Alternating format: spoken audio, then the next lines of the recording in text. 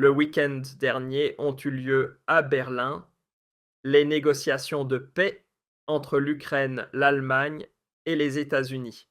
Du moins, c'est ce qu'on nous a fait croire. Car aujourd'hui, on découvre que tout cela n'était qu'une mise en scène, un pur théâtre. D'après les Américains, Friedrich Merz n'avait absolument pas le droit de participer aux pourparlers. Son seul rôle, s'occuper du service traiteur. Le week-end dernier ont eu lieu à Berlin les négociations de paix entre l'Ukraine, l'Allemagne et les États-Unis. Du moins, c'est ce qu'on nous a fait croire. Car aujourd'hui, on découvre que tout cela n'était qu'une mise en scène, un pur théâtre.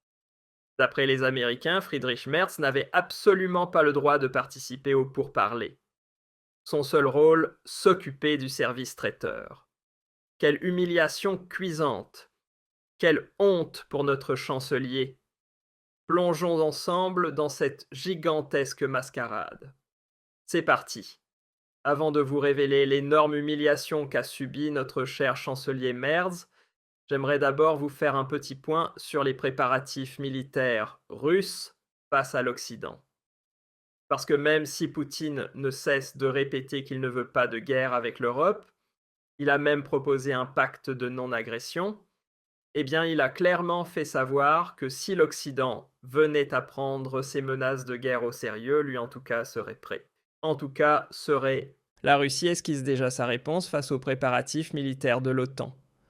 Le ministre de la Défense Andreï Belousov a déclaré mercredi, lors d'une réunion gouvernementale, que l'armée russe se préparait activement à une attaque potentielle. Selon les plans de l'Alliance, elle vise les premières années 2030 comme échéance pour être prête à agir. Les responsables de l'OTAN ont d'ailleurs tenu à plusieurs reprises des propos allant dans ce sens. Nous ne sommes pas une menace, mais nous sommes menacés, affirme le ministre. Le renforcement des forces nucléaires russes est une priorité stratégique, a ajouté Belousov, afin d'assurer une dissuasion crédible contre toute agression potentielle. Cette année, la marine russe va mettre en service un sous-marin nucléaire stratégique de classe Boreia, tandis que 2 autres unités de ce type sont actuellement en construction. De son côté, l'armée de l'air a déployé 2 nouveaux bombardiers stratégiques Tu-100 tandem, pendant que les forces de missiles stratégiques rééquipent leurs unités avec des systèmes de nouvelle génération. En plus de cela, le nouveau système de missiles à moyenne portée mobile sur route baptisé Oreshnik devrait lui aussi entrer en service cette année. Belousov a précisé ce point en reprenant une annonce déjà faite par le président Poutine lors du même événement. Vous le voyez bien, les Russes se préparent sérieusement à une guerre contre l'Occident. Ce qui n'est pas si étonnant vu que l'Occident répète en boucle qu'un conflit avec la Russie est imminent. Et ce sont surtout les Oreshnik qui devraient nous inquiéter ici en Europe car ces missiles sont littéralement inarrêtables. Ils pourraient réduire des quartiers entiers en poussière en l'espace de quelques minutes. Et je vous le dis franchement, si une guerre éclate entre la Russie et l'Occident, ce ne sera pas du tout le même scénario que celui de l'Ukraine. Si l'Occident entre activement en guerre, alors ce seront des dizaines d'Oreshniks qui s'abattront directement sur les capitales européennes et sur les points névralgiques de l'OTAN comme Wiesbaden-Bruxelles ou Ramstein. Espérons juste qu'on n'en arrive pas là. Et c'est donc ici que l'on en vient au sujet principal, le processus de paix. Vous vous souvenez sûrement tous des grandes négociations de paix qui ont eu lieu le week-end dernier à Berlin. Friedrich Merz a voulu jouer les grands hommes d'État en conviant les alliés occidentaux à des pourparlers au sein même de la chancellerie. Le journal Die Zeit est même allé jusqu'à titrer « Négociations de paix à Berlin-Merz mise tout ». Et vous allez voir dans un instant ce que cela signifie vraiment miser tout. Ce qu'il faut bien comprendre, c'est que Merz a entièrement monté en spectacle cette rencontre de paix à Berlin pour démontrer 2 choses. Premièrement, que l'Europe est à la table des négociations, qu'elle a son mot à dire, et que Trump ne pourra pas imposer la paix sans passer par elle.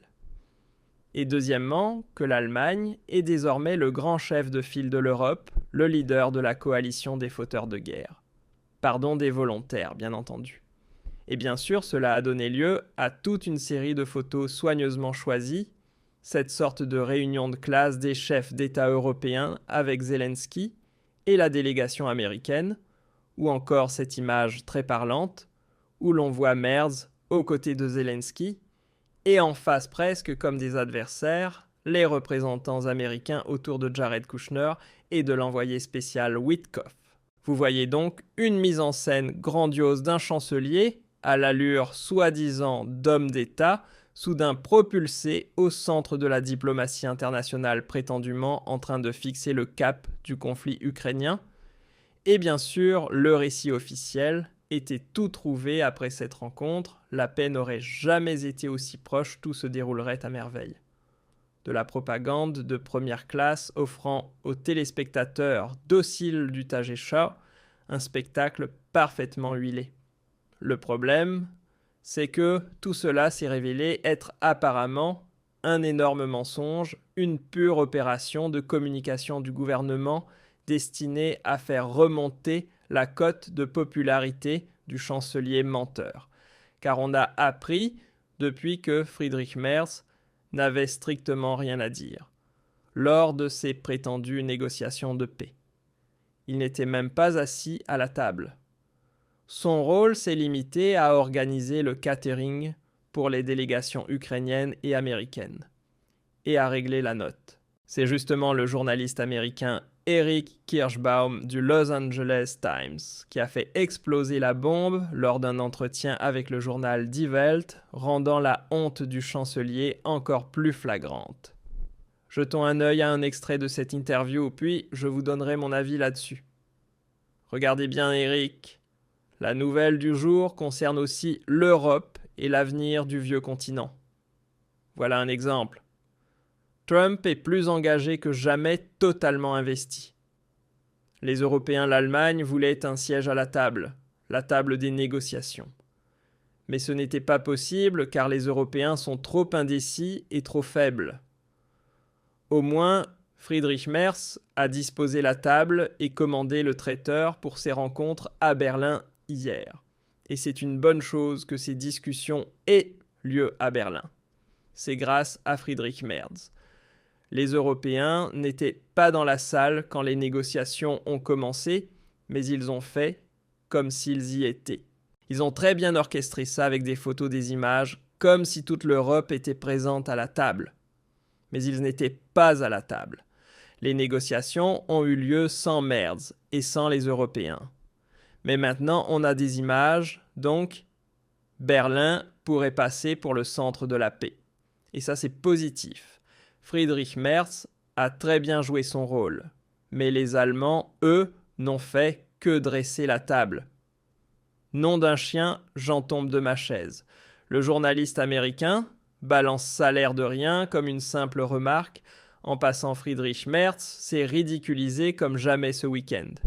Il a organisé un grand sommet de la paix à Berlin, mais n'a même pas été autorisé à y participer. Franchement, c'est d'un embarras sans nom. Et cela prouve une bonne fois pour toutes qu'Europe, et surtout l'Allemagne, ne comptent plus du tout sur la scène internationale. Notre politique étrangère, une mauvaise farce, un théâtre de marionnettes. Et, à vrai dire, ça ne m'étonne même pas. Quand un chancelier passe son temps à mentir à son peuple et laisse son pays partir à la dérive, pourquoi diable d'autres nations le prendraient-elles au sérieux ou voudrait-elle négocier avec lui? Friedrich Merz a démontré sans l'ombre d'un doute qu'il est un désastre politique total. Personne, absolument personne, ne peut encore le prendre au sérieux, à part peut-être Macron et Scholz, mais bon, ils sont tous dans le même bateau. C'est bien pour ça que j'espère vraiment que le gouvernement Merz tombera au plus vite et qu'on aura enfin un gouvernement AfD. L'an prochain, on aura déjà des élections en Saxe-Anhalt, et l'AfD y est donnée à 40%. Et si